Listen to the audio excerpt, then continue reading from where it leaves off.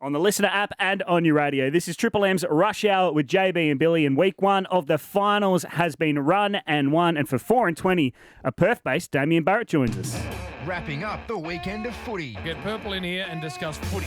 This is Damo's recovery session. Footy isn't footy without a hot 4 and 20. Find your favourite 4 and 20 in your local supermarket freezer aisle or convenience store pie warmer today.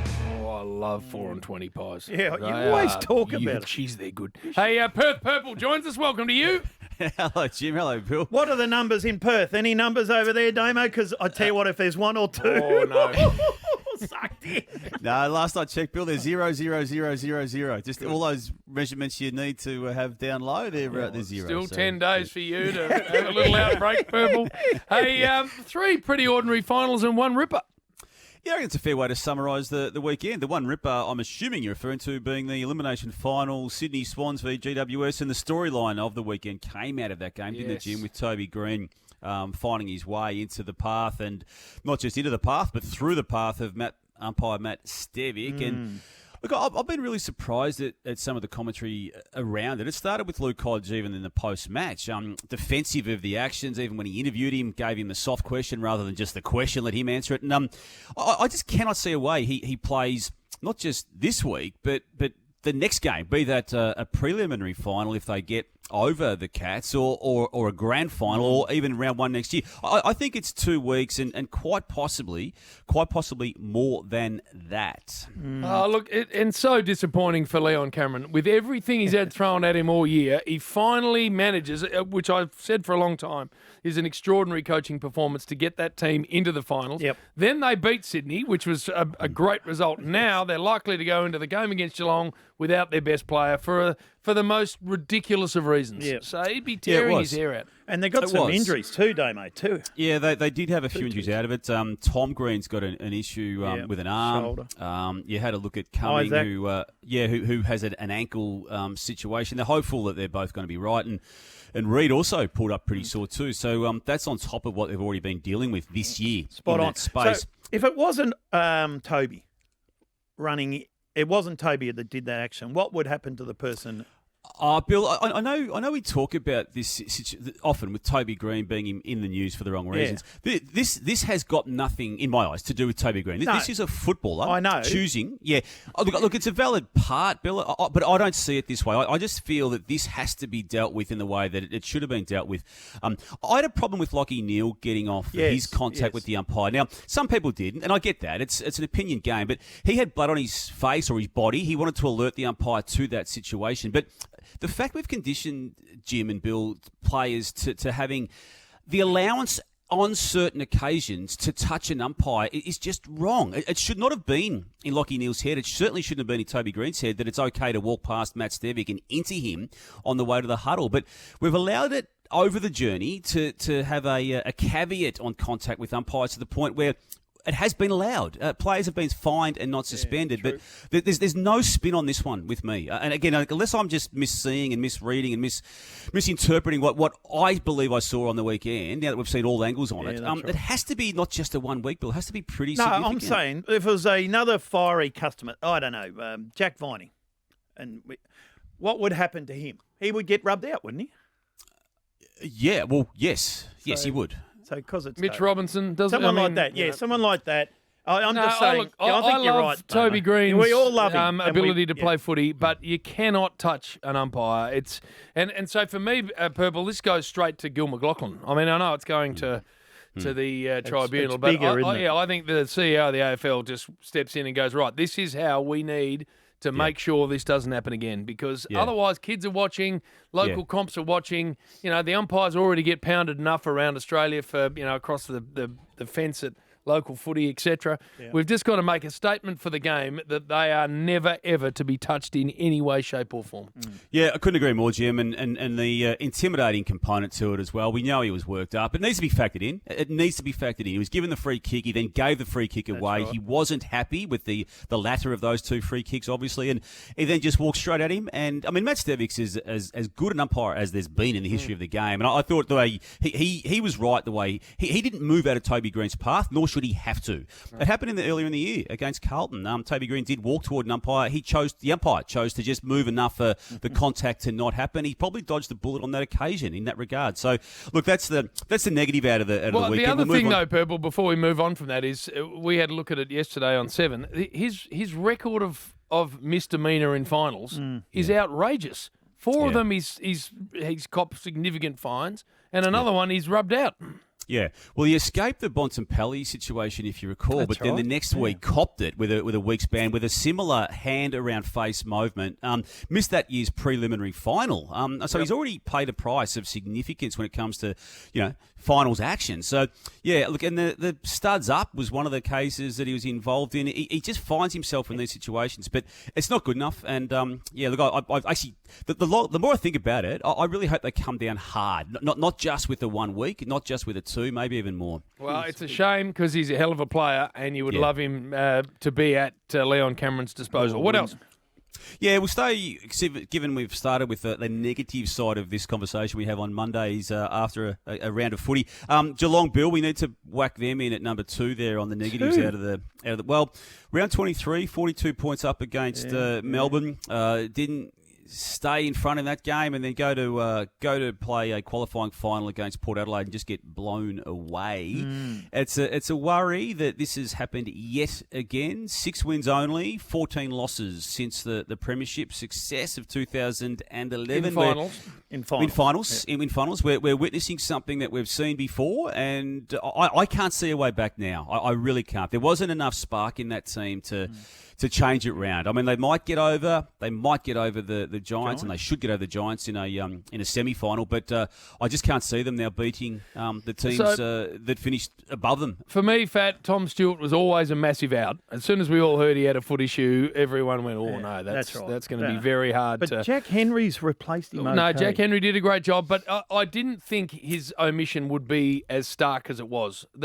Some of the boys back there just got real wobbly. I mean, Lockie Henderson. Oh, mate. Had a game. Poor old Lockie. He just wants that one to get that videotape to get burnt and never to be seen again. And you can't double handle in finals. You've got to be clean. Yeah. And they brought all that pressure on them because of that. Well, Port brought the heat, didn't they? They brought the heat, and it seems to be when they're home and away games, they go very well. But in finals, we all know it heats up. Yep. And it seems to be the heat that's really affected them, not the heat. As in how hot it is, the contest. Pressure of the contest. Because all of a sudden you're seeing Lockie Henderson drop it. He never dropped that, and you see Kolodjasny not go for a kick he should have gone, which he did in the grand final last year when they're under the pump. And then you see blokes just missing kicks or marking, going back, not taking them on. But Bill, that's all the heat, Jim. No, I agree with that. And you crawled back into your shell a bit, and that is the absence of Tui and Stewart. Because they're the two that don't do that. They take regardless of the situation, they go. Yeah, that's right. And everyone else, Purple, to me, watching it, just looked like they went, oh, no, this is going the wrong way. And they crawl back until danger late sort of started taking it up. But the game had gone by then. Also, maybe the other sides have worked out their gameplay, which is kick, mark, kick, mark. So they just get around them and just make it hotter.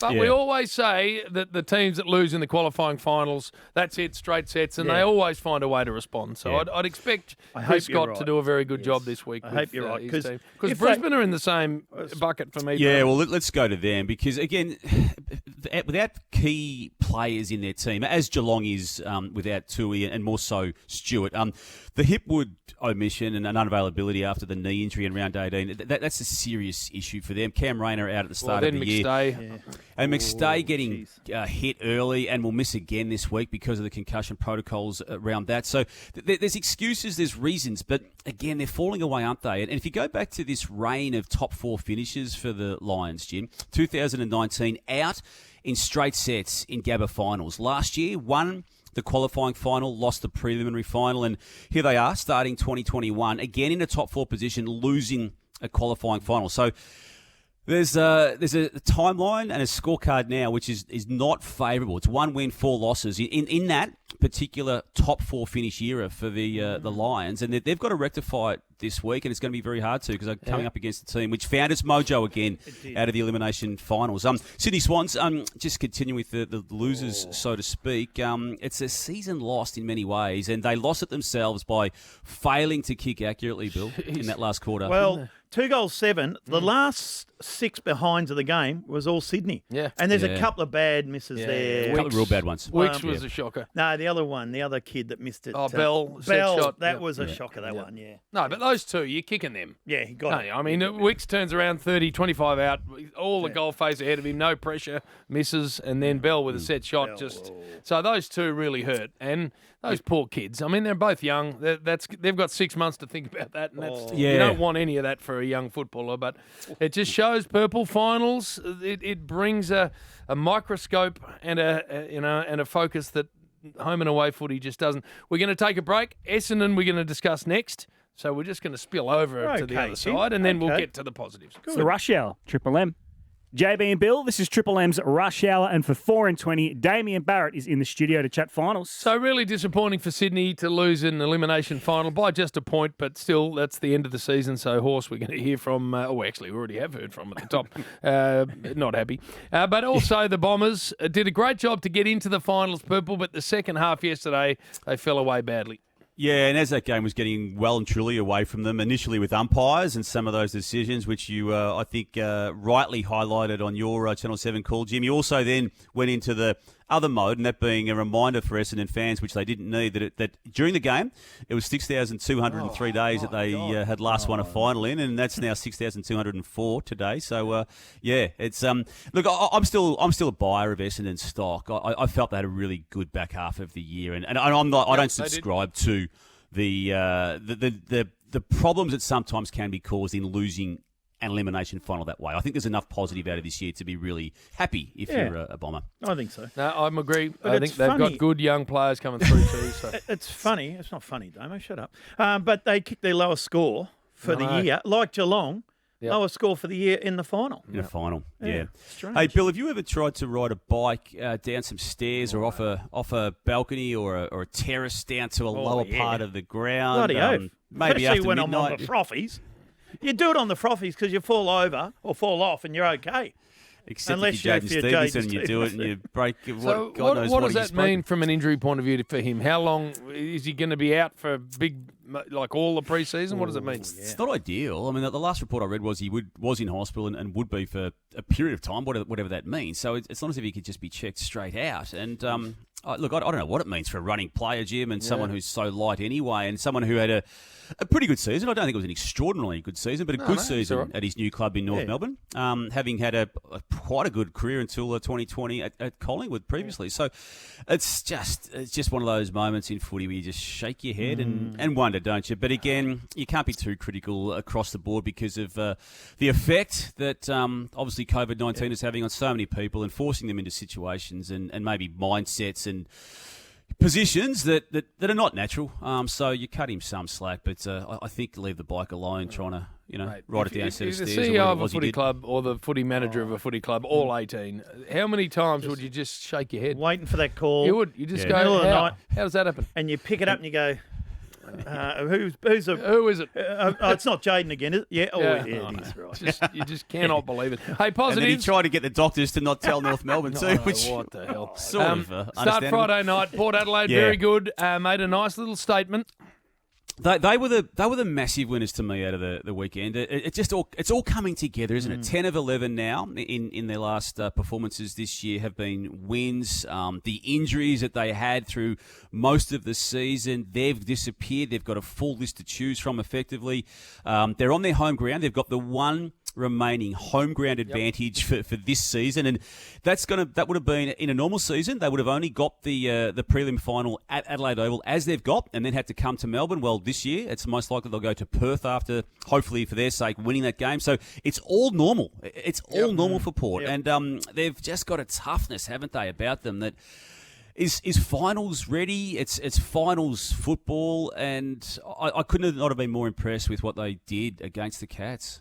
They're beautifully positioned now. The only issue for them, This is how I see it, only personal view.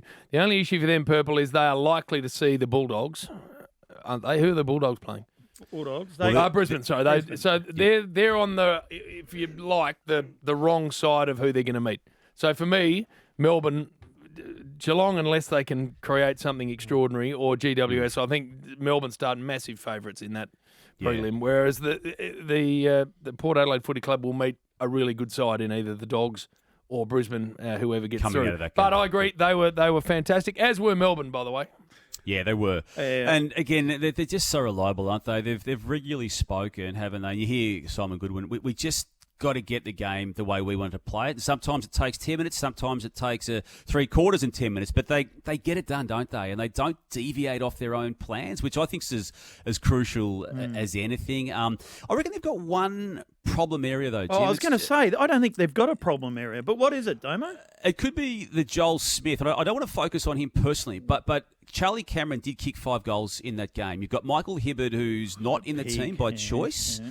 So whether he, and even Jaden Hunt could be coming back from injury soon enough to be a consideration for that. So I think that's the one spot. Would you agree, Bill, if I highlighted that? If you've been very, very hard, I reckon, because Joel Smith's come in, played a couple of good roles. And they win the game. It's hard if you win the game, first qualifying final or whatever it was, by 33 points, and then you've got to make a change.